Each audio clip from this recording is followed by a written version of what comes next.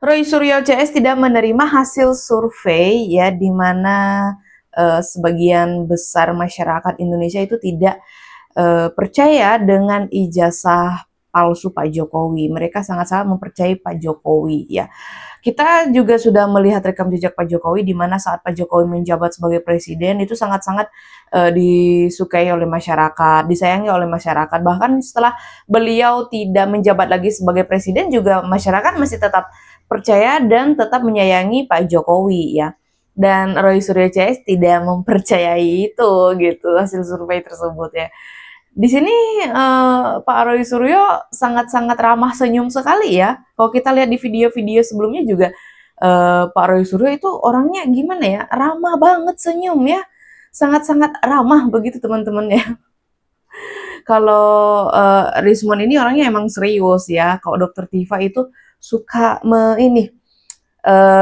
meramal begitu. Dia bisa memprediksi gitu dan boleh teman-teman yang mau memprediksi apa gitu bisa sama Dokter Tifa ya. Oke, balik lagi ke Roy Suryo CS terkait dengan ijazahnya Pak Jokowi ya. Ya gimana mereka nggak terima ya, mereka kan sangat-sangat kekeh bahwa ijazah yang dimiliki oleh Pak Jokowi itu palsu gitu ya. Mereka sangat-sangat kekeh supaya Pak Jokowi itu menunjukkan ijazahnya. Karena Pak Jokowi tidak mau menunjukkan ijazahnya ke publik, jadi mereka semakin berasumsi bahwa ijazah yang dimiliki Pak Jokowi itu palsu begitu. Padahal kan kita tahu Pak Jokowi sudah menyerahkan ijazahnya yang asli ya ke Polda Metro Jaya. Oke, di sini aku ada videonya dan aku akan ajak teman-teman untuk melihat. Jadi kita langsung gas ke videonya. Di Solo tiba-tiba mengucapkan kalimat ada orang besar di balik ini. Kemudian setelah itu tanpa ada koreksi, tanpa ada penjelasan ya, sambut oleh para termul ya gitu ya. Jadi ada Ade, ada si Plester yang sekarang lagi di plester ya karena harus dieksekusi ya gitu. Nah itu tiba-tiba nambahkan dengan narasi oh itu baju biru gitu ya. Kemudian ada juga nambahkan dengan orang besar. Ini kan bikin gaduh Mbak gitu. Jadi artinya harusnya dia itu udah deh ngomong cucu aja deh di Solo gitu ya, tenang gitu, santai atau konsentrasi dengan kondisinya gitu ya. Tapi sebentar deh, Pak Jokowi itu kan memang udah tenang gitu ya, menikmati hidupnya di Solo. Ya mereka-mereka ini yang membuatnya gaduh ya. Ijazahnya Pak Jokowi dipermasalahkan begitu. Prihatin juga dengan kondisinya. Kok tiba-tiba mengeluarkan statement-statement liar yang insinuatif kayak gitu. Nah, jadi makanya jangan disalahkan kalau kemudian kuasa hukum kami ya dari tim pembela aktivis dan akademisi ini kemudian melayangkan somasi itu gitu. Dan somasi itu sudah dikirim melalui pos dan tinggal tunggu legesnya kami ya dan kemudian udah pasti udah nyampe lah di Jalan Kutai Utara itu. Dalam politik itu ada istilah don't feed the trolls in politics ya. Memang isu ini napasnya panjang ya. Karena beberapa hal. Pertama bahwa saya melihat respon Pak Jokowi dengan menyatakan bahwa kita ada simak ya, skenario teman-teman besar atau ada tokoh besar itu sebetulnya memperpanjang napas isu ini. Nah, ya. itu. Kalau kita bicara soal legitimasi ya isu ini jelas clear ya. Kita lihat survei menunjukkan ya bukan hanya LSI sebelumnya indikator juga menyatakan hal yang sama ya. Bahwa kurang lebih di atas 70% ya tidak percaya dengan isu ini ya. Karena apa? Yang pertama adalah ini ibarat kalau virus ya, virus daya rusak sebuah virus itu sangat tergantung pada daya tahan tubuh seorang. Apalagi kemudian daya tahan tubuh itu sudah ditambah dengan vaksin ya. Isu ijazah palsu Pak Jokowi itu berhadapan dengan rekam jejak Pak Jokowi ya, suka atau tidak suka ya, itu sudah dibangun sejak lama. Ya, kita mungkin di dalam ruangan ini atau dalam survei kita terlihat bahwa masyarakat kelas menengah atas itu sebetulnya yang lebih banyak percaya dengan isu ijazah palsu Jokowi. Tapi kita harus membayangkan bahwa masyarakat secara mayoritas itu sebetulnya tidak terlalu peduli dengan isu ini. Sehingga isu ini sebetulnya tidak berresonansi di kalangan pemilih kelas bawah. Itu yang pertama. Yang kedua, saya melihat bahwa memang tidak bisa dilepas bahwa walaupun ini ada sisi proses hukum masih berjalan, tapi tidak bisa kita lepas bahwa ada konteks politik dalam isu ini ya. Dan apa yang disampaikan oleh Pak Jokowi, saya pikir itu bagian dari bagaimana kemudian merubah tone dari isu ini ya. Jadi ibarat Pak Jokowi sebetulnya lagi istilah playmaker ini main defensif sekaligus ofensif ya. Defensif dalam arti bahwa beliau ingin merubah tuduhan atau isu ijazah palsu ini bukan hanya soal serangan terhadap personal dirinya. Tapi ini bagian dari ada manuver politik yang ada di belakangnya. Itu yang pertama. Yang kedua, terkait dengan tokoh, saya pikir ini juga pesan politik yang sangat kuat ya, bahwa beliau tahu siapa yang bermain di balik ini, walaupun tidak menyebut nama ya. Tapi dengan tidak menyebut nama, sebetulnya Pak Jokowi memberikan ruang negosiasi bagi siapapun ya yang kemudian dianggap sebagai aktor di balik isu ini. Ya. Maksudnya membuka ruang negosiasi? Iya, artinya bahwa sebagai mantan kepala negara, ya mungkin beliau melihat bahwa ada aktor yang mungkin sengaja atau tidak ya menikmati isu yang sedang berkembang. Karena dalam politik ya, serangan itu tidak hanya dituju pada masa lalu ya. Isu lama yang digoreng kembali, ini kan isu lama yang selalu muncul ketika relevansi politik Pak Jokowi lagi tinggi-tingginya ya. Ketika menjelang Pilpres 2014 isu ini muncul, 2019 isu ini muncul. Sekarang ketika orang sedang dalam periode melakukan evaluasi terhadap legasi Pak Jokowi, ini isu ini juga muncul. Kita tahu bahwa ini memang ada pertarungan pengaruh, ya bukan hanya soal masa lalu, tapi ini terkait dengan kontestasi politik masa depan. Pak Jokowi ini kan terkenal sebagai ikon pembohong dari dulu. Ya, coba pada saat kampanye, 6.000 SMK itu entah kemana. Janjinya mendirikan mobil nasional, tidak impor, tidak hutang, silva kita 6-7 triliun. Ini kan ikon pembohong Indonesia, Joko Widodo ini. Semua orang tahu. Ya enggak semudah itu sih ya. Dia suka bohong, gitu loh. Jadi ya semua orang tahu dia suka bohong. Jadi makanya saya bilang, ya Pak Joko Widodo itu menuduh kami fitnah. Tetapi dia suka fitnah, gitu loh. Makanya ya bagus itu. Disomasi gitu loh. Kalau tidak minta maaf berapa kali 24 jam Mas? Ya ada nanti Bang Kos. Nah 3 atau 7 kali 24 jam palingnya lama ya harus minta maaf gitu loh. Kalau nggak minta maaf ya kami laporkan gitu loh. Sebentar. Ini kok jadi lalunya ini ya Pak Jokowi yang salah begitu? Fitnah.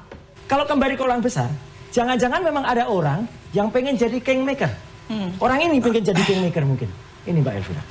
Nah, ini kalau dalam film Al Capone ya, itu Don Corleone ini kembali pengen jadi kingmaker. Padahal dia harusnya kalau dalam film Al Capone ini, dia seharusnya sudah tidak berkuasa. Tapi masih pengen berkuasa. Nah, orang ini itu the real kingmaker. Ya gitu, maunya dia kingmaker. Tapi sebentar deh, ini Pak Roy Suryo ada-ada aja ya, selalu ada kaosnya gitu ya. Kalau di setiap kesempatan tuh pasti ada dia nunjukin kaos yang berbeda-beda. Hobi ya. Harusnya ketika dia nunjuk ya, ada orang besar. Dia lupa, satu tangan menunjuk yang lain, 3 tangan menunjuk dirinya.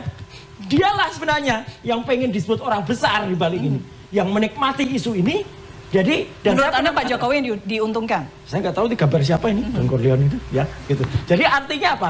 Dia yang kemudian menikmati ini dan bahkan dia rela dengan isu yang buruk. Karena apa? Saya pernah mengumumkan teori. Ini teorinya namanya clown teori.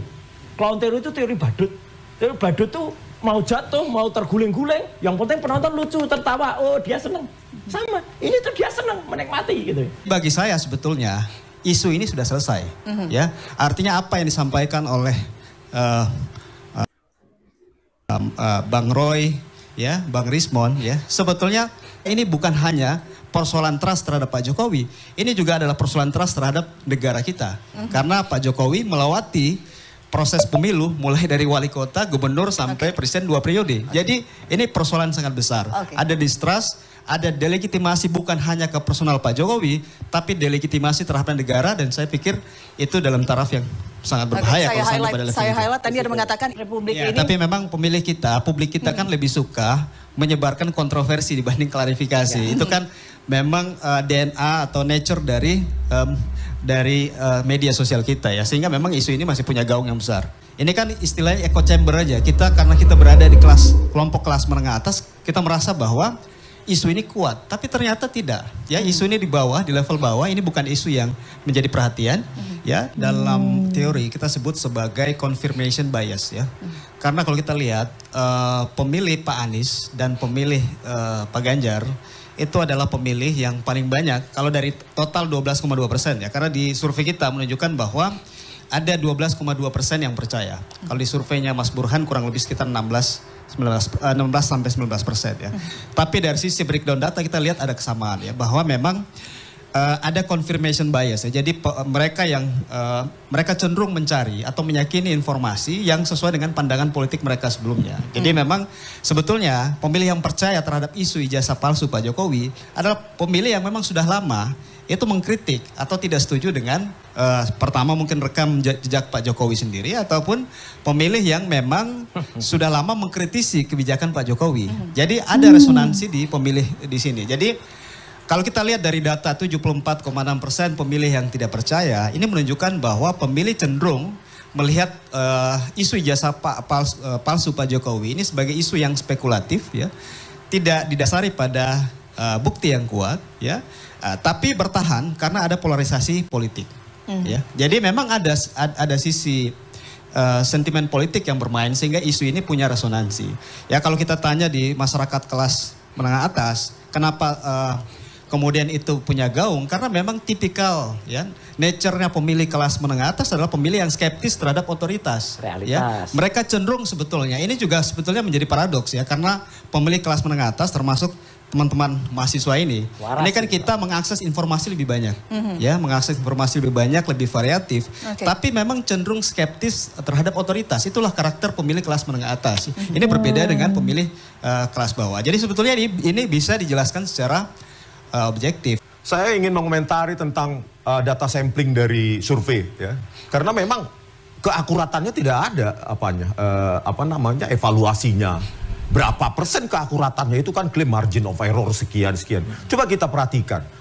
Dari 280 juta orang, cuma 1.200 sampel. Ya. Itu 1 dibanding 280 ribu itu. Hampir. Atau 1 dibanding 250 ribu. Bayangkan satu data bisa mewakili 250 ribu sampel. Itu secara statistik sebenarnya main-main. Gitu loh. Karena ya bagaimana mengevaluasi keakuratan tadi itu, sampling yang 74 sekian persen itu tidak tidak percaya Jokowi palsu, terus sekian cuma sekian yang percaya ijazah Jokowi asli. Bagaimana mengukur keakuratan itu? Ini kan seperti menggiring opini. Ya sudah sekian persen percaya saja. Mana sampelnya? Itu cuma 1.200 dari 280 juta. Jangan diklaim itu akurat. Mana uji keakuratannya? Itu loh. Kalau saya lebih percaya bagaimana web crawling. Sekarang ya itu kan survei itu mencari dinamika sosial atau politik itu sudah cukup jadul itu. Sekarang ada web crawling, ada web mining, ya. Di situ lebih lengkap, semua orang sudah pegang medsos, berapa ratus juta sekarang penduduk Indonesia yang punya HP. Itu data tersebar di web. Makanya saya bilang, ya, ini dibantah dengan data-data web juga. Ya.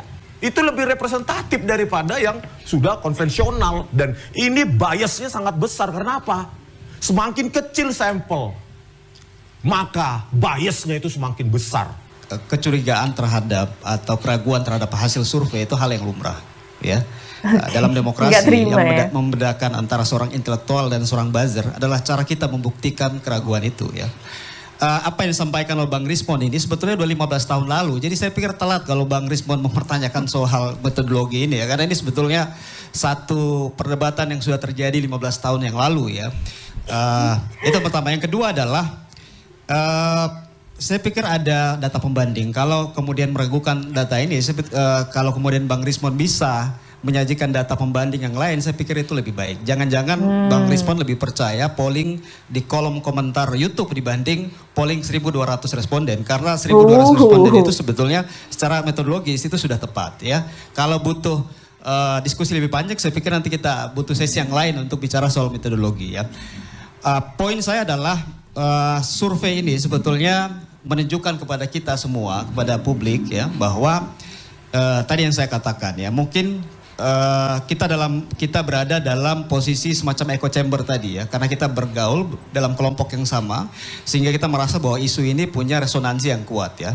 Tapi kalau kita lihat data ini sebetulnya kan pemilih kita, publik kita kan bukan hanya masyarakat kelas menengah yang mengkonsumsi media sosial, tapi publik kita ini kan secara luas. Mereka yang menikmati media sosial di kalangan pemilih bawah ini tidak kemudian mengikuti berita-berita politik ya. Mereka yang mengikuti berita politik, talk show ya, podcast ya, atau mendengar berita-berita politik di media, ini porsinya hanya kurang lebih 20% dari total populasi secara nasional ya. Jadi ini sangat logis. Jadi saya pikir kalau Bang Rismond baru sekarang mempertanyakan soal metodologi itu ya sekali lagi sangat telat. Sudah 15 tahun lalu Bang kita sangat diskusi telat, soal metodologi ya. 1200 itu. Makasih. Enggak, soalnya juga gini Mas. Metode survei Anda itu juga saya juga tahu lah, saya juga baca metode. Itu juga sudah dilakukan semenjak lebih dari 10-15 tahun yang lalu, sama juga dengan ada responden, kemudian juga dilihat gini. Padahal sekarang ada metode yang jauh lebih canggih, jauh lebih sophisticated dengan tadi web crawling dan hasilnya sangat beda jauh ya. Surveinya analog, yang diselidiki digital. Oke, Maksudnya 15 tahun melakukan survei, ya kan? 15 tahun. Terus yang akurat berapa persen? Begitu. Jadi bukan berarti dari 1000 kali survei maka 100 atau 900 survei itu akurat atau di dalam margin of error itu tidak bisa. Survei-survei lain itu bayaran atau pesanan itu tidak ada kaitannya berapa ribu tahun yang lalu juga melakukan survei bahwa ini pasti benar. Apa yang saya katakan adalah bahwa ini survei ya kita hargai, tetapi jangan diklaim ini representasi. Ya. Sampel atau publik, persepsi publik. Berikan institusi lain, ya, netizen lain, pihak lain untuk membaca persepsi masyarakat dengan kesempatan yang sama. Jadi jangan ini dianggap sebagai klaim sepihak bahwa ini adalah representasi tentang opini masyarakat terkait dengan polemik ijazah palsu Joko Widodo. Iya, tadi yang saya sampaikan di awal ya, bahwa kalau ini kasus hukum murni, saya pikir ini napasnya nggak panjang. Ya, tapi karena ini ada, ya baik tadi saya sampaikan, suka atau tidak suka, sengaja atau tidak sengaja, atau bagian atau tidak menjadi bagian dari isu besar ini, dugaan publik ke sana. Ya. Di survei kita itu menunjukkan bahwa ada 64% pemilih kita atau responden kita yang menyatakan bahwa, kita tanyakan sebetulnya ke responden ya, Bang Roy ya, apakah menurut mereka isu ijazah palsu Jokowi ini adalah satu dugaan awal yang perlu dibuktikan ke publik atau ke hukum, atau yang kedua, apakah isu dugaan ijazah palsu ini adalah isu politik? Ya, 64% menyatakan bahwa ini adalah isu politik. Ya. Sekali lagi saya ingin katakan bahwa apa yang disampaikan oleh Bang Roy, Bang Rismond ya terkait dengan isu ijazah palsu Pak Jokowi ini, yang kemudian kalau kita lihat dari sisi datanya kemudian menunjukkan sebaliknya 74,6%. Tadi kalau saya mau masuk ke perdebatan tadi soal kritik soal metodologi, kalau kita mengkritik metodologi yang mengambil 1.200 responden di 34 provinsi, multi-stage random sampling, kemudian dibandingkan dengan metode tadi komentar di YouTube, kemudian pertanyaan di warung kopi, saya pikir itu tidak relevan dan tidak bisa dibandingkan. Misalnya. Artinya bahwa bisa kemudian memberikan data yang lain. Tapi yang ingin saya sampaikan bahwa apa yang disampaikan oleh Bang Roy, sebetulnya memang ada pemilih yang kemudian percaya dengan apa yang disampaikan, tapi memang sangat terbatas. Tapi di sisi lain kalau Bang Roy, Bang Rismond melihat data survei kita, ya, selain data kepercayaan, karena yang paling penting adalah apakah isu ijazah palsu itu mempengaruhi trust pemilih atau trust publik terhadap Pak Jokowi. Kalau kita lihat angkanya memang lebih tinggi, ya. Kalau yang percaya tadi hanya 12,2% yang percaya terhadap isu ijazah palsu, ya, karena ini hal yang paling mendasar, ya. Karena kalau kemudian publik malah sekali lagi tidak percaya atau percaya bahwa itu ijazah palsu, maka yang rusak ini adalah kredibilitas terhadap negara, ya. Karena publik sebetulnya logikanya sangat sederhana, ya. Seorang presiden yang telah melalui jenjang karir pemerintahan dari wali kota 2 periode, ya, 7 tahun, kemudian provinsi, kemudian presiden selama 10 tahun, ya. Itu logika publik di level bawah itu sangat sederhana, nggak mungkin kemudian, ya, seorang bisa menjadi presiden tanpa ada verifikasi yang benar dari lembaga negara. Jadi sebetulnya hak jawabnya harusnya negara, bukan personal Pak Jokowi. Karena kalau kemudian Pak Jokowi sebetulnya mengambil tanggung jawab untuk menjawab ini, sebetulnya Pak Jokowi menggeser panggung klarifikasi yang harusnya itu adalah lembaga negara yang menjawab menjadi panggung personal Pak Jokowi. Di sini Roy Suryo dan Rismon ya tidak terima dengan hasil survei yang ada begitu, katanya nggak sebanding, nggak layak begitu ya. Dan tadi sempatnya juga Roy Suryo menunjukkan kaosnya The Real Kingmaker begitu ya.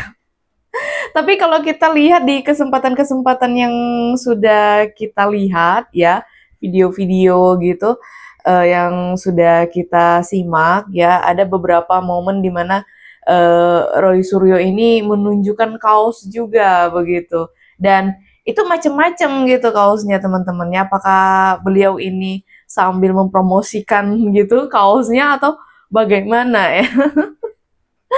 Oke, itu haknya mereka sih untuk menunjukkan kaos atau apa gitu, bentuk kekecewaan atau bentuk apa gitu ya. Tapi kembali lagi tadi sempat mengatakan bahwa harusnya Pak Jokowi minta maaf begitu. Ya gimana ya, kayaknya kok semakin aneh aja gitu, mereka yang duluan menyerang begitu, tapi mereka yang meminta Pak Jokowi supaya meminta maaf supaya tidak disomasi begitu. Oke. Yang menggugat kan mereka ya, sekalinya Pak Jokowi mengambil tindakan hukum, tapi mereka malah tidak menerima begitu, malah mengatakan bahwa Pak Jokowi mengkriminalisasi mereka.